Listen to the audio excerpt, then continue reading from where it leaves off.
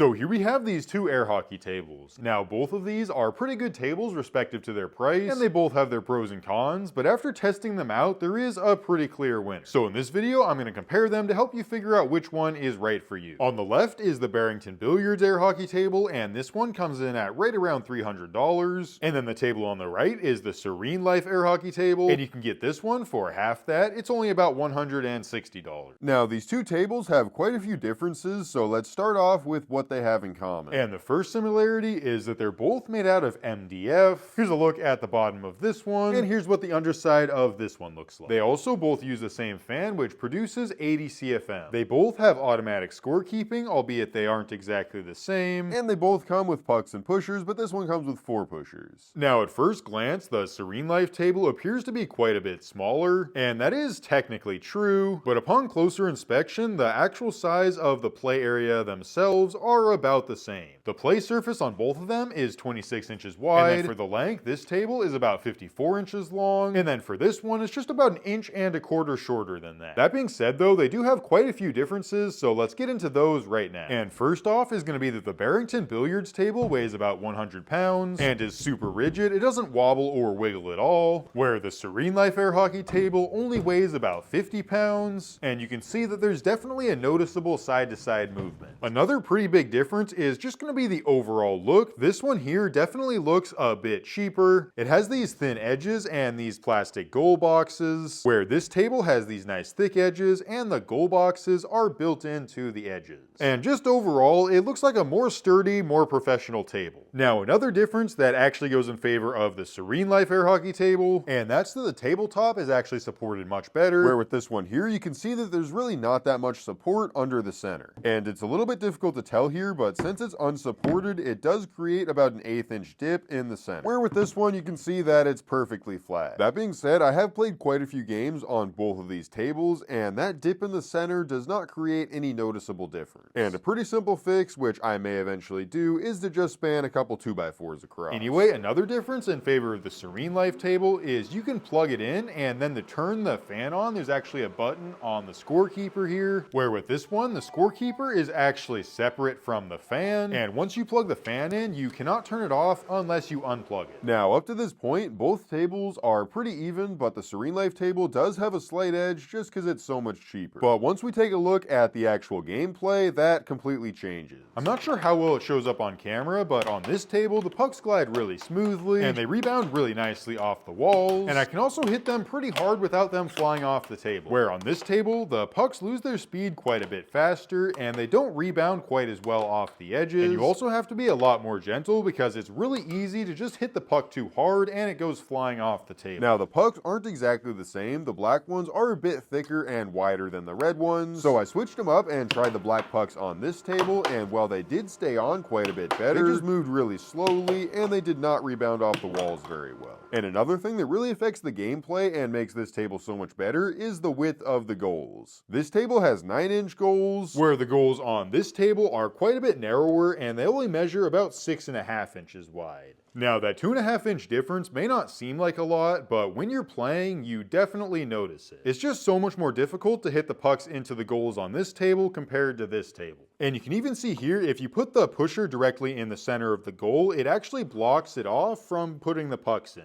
Where on this table, there's plenty of room on either side. There are a couple more differences, one of them being that this one is more engaging because the scoreboard makes noise, as well as there's a bit of an issue with this score counter over here. You can see if I stick my hand in too far when I'm trying to grab the puck, it'll actually give the other side points. I can also reach a couple fingers in the top, and that'll do the same thing. Where with this table, the slit that the puck actually slides into is much thinner, and the spot where the puck comes out of is also pretty narrow, so I can't stick my fingers in far enough to trigger the sensor. Taking all that into consideration, both tables are still fun to play. And going with this table, you will save about $150 when compared to this one. That being said though, if you're going to be using the table a lot, then the Barrington Billiards air hockey table is definitely going to be the better pick. It just looks much nicer and has a really sturdy build. It has much better gameplay and it's a lot more fun. After playing with both of these tables, this one is 100% going to be my pick. Although it is twice the price of this one, I think that's completely justified because of how much more fun it is to play, and overall it's just a more high quality table that'll last a lot longer.